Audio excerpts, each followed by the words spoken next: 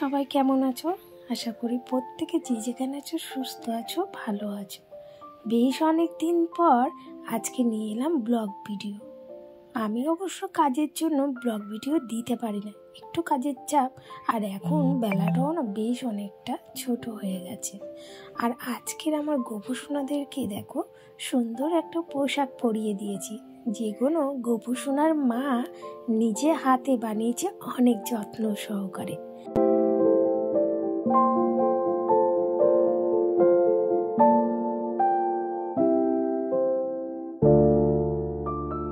আজকে কিছু গোপুসোনাদের ড্রেস তোমাদের সঙ্গে শেয়ার করব, যেগুলো গোপুসোনারা গরমকালে পরতো। এখন প্রায় সন্ধেবেলা, সন্ধে আমার দেওয়া হয়ে গেছে। গোপুসোনাদেরকে কিন্তু সন্ধেবেলা টিফিনও দিয়ে দিয়েছি, আরতি করা হয়ে গেছে। এই দেখো, এই যে ড্রেসগুলো দেখতে পাচ্ছ কিছুটা ডাংরির মতো, এগুলো হচ্ছে আমার সন্দেশবাবুকে এগুলো পরলে এত কিউট লাগে, আমার তো ভীষণ ভালো লাগে। এগুলো আমি ওর গরমকালের জন্য বানিয়েছিলাম, যেটা আমার লাড্ডু সোনার মনে দুটো বানিয়েছি, কিন্তু আমার সন্দেশবাবুর বেশ অনেকগুলো বানিয়েছি। আর এই হাতে যেটা দেখতে পাচ্ছি, এটা না প্যান্ট আর জামা পুরো সেট, এগুলো পরালে আর প্যান্টের ঝামেলা থাকে না।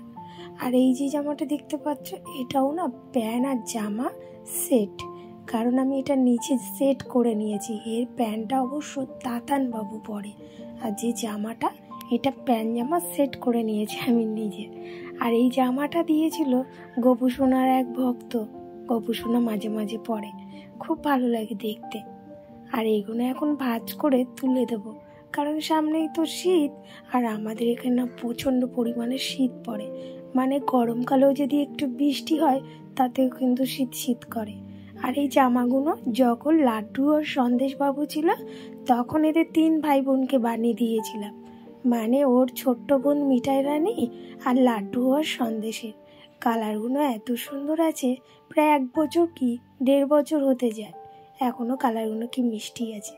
আর এই জামাটা দেখতে পাচ্ছ, এটা তাতান বাবু, যখন তাতান বাবুকে প্রথম নিয়ে এসেছিলাম তখন ওই জামাটা কিনে নিয়ে এসেছিলাম। আমার হাতে যে গেঞ্জিটা আছে মিষ্টি কালার, এই গেঞ্জিটা তাতান বাবুর মাসিমণি দিয়েছিল, এটা পরলে না খুব মিষ্টি লাগে। আর এখন যে এই আকাশি কালারের ভীম জামাটা দেখতে পাচ্ছ, এটা আমি কিনে দিয়েছিলাম। তখন তো গরমকালের সময় ও এসেছিলো, সেই জন্য সবই এই জামা কিনেছি, কিন্তু এখন তো শীতকাল পড়ে গেছে, সেই জন্য এই জামাগুলো এখন তুলে দেওয়া হচ্ছে। আর এই প্যান্টটা দেখতে পেলে, এই প্যান্টটা না তাতান বাবু পরে, লাড্ডু বাবুর একটু ঢিলে হতো, তাতান বাবুর আবার খুব টাইট হয়। আর এই কমলা কালার জামাটা ওটা আমাদের সন্দেশবাবু। দাঁড়া, প্রদীপটা একটু সরিয়ে দিই, আমার মনে হচ্ছে আমাদের লাড্ডু বাবুর গরম তাপ লাগছে, কারণ প্রদীপটা না খুব খুব তাড়াতাড়ি জ্বলছে, সেই জন্য ওটাকে নিচে নামিয়ে একটু হাতটা ধুয়ে নিলাম। আর এই হাতে যে জামাটা আছে, এই সবুজ কালারের জামাটা, এই জামাটা না খুব সুন্দর বানিয়েছিলাম 2 ভাইয়ের জন্য, লাড্ডু আর সন্দেশবাবুর জন্য। কিন্তু আমাদের এর সঙ্গে টুপিও বানিয়েছিলাম, টুপিটা পাচ্ছি না, কোথায় হারিয়ে গেছে।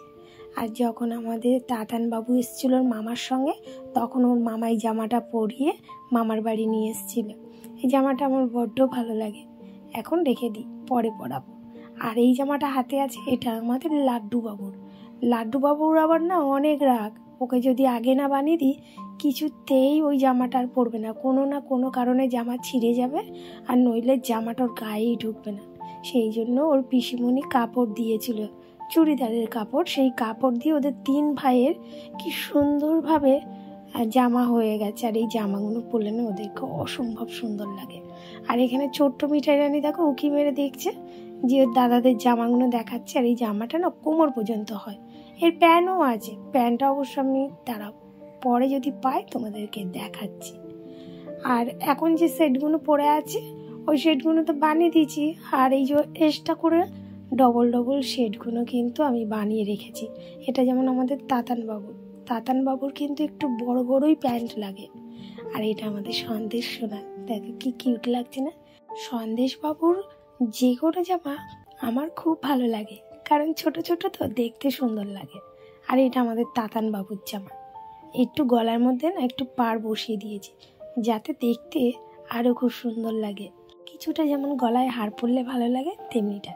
আর আমি সবসময় ওদের পিছনে এরকম একটা ক্যাচার লাগিয়ে দিই, যাতে পরতেও আর খুলতে খুব সুবিধা হয়। এটা কিন্তু গেঞ্জির কাপড়, গোপাল সোনার দিদুন দিয়ে গেছিলো।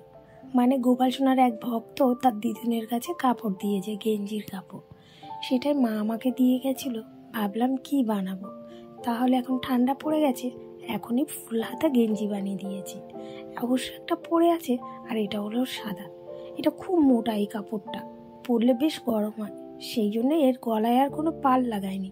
তোমাদের ছোট্ট মিঠাইটা নিয়ে আবার বলছে আমার হাতে দাও দেখি, একটু টেস্ট করে দেখি। তো ও বলল যে মা কাপড়টা কিন্তু খুব সুন্দর। যাই হোক, ওদের অবশ্য কাজে লেগে যাবে। আর যে কোনো জামা আমি নিজে হাতে কাটিং করে বানাতে পরাতে খুব ভালোবাসি ওদেরকে। মানে ওদেরকে কিছু বানিয়ে দিলে আমার ভীষণ ভালো লাগে।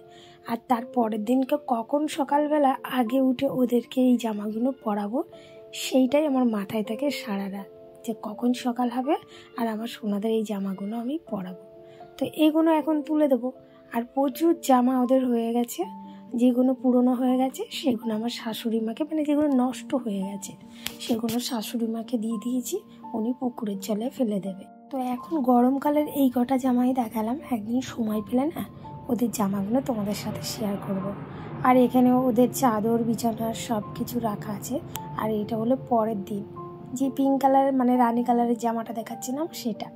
এটা হলো তার পরের দিনকে, যে বললাম না মোটা কালারের একটা সাদা কালারের গেঞ্জি বানানো হচ্ছে সেইটা। তো এটা আমি একদিন আগে পিছে করে আমি একসাথে জয়েন করে দিয়েছি।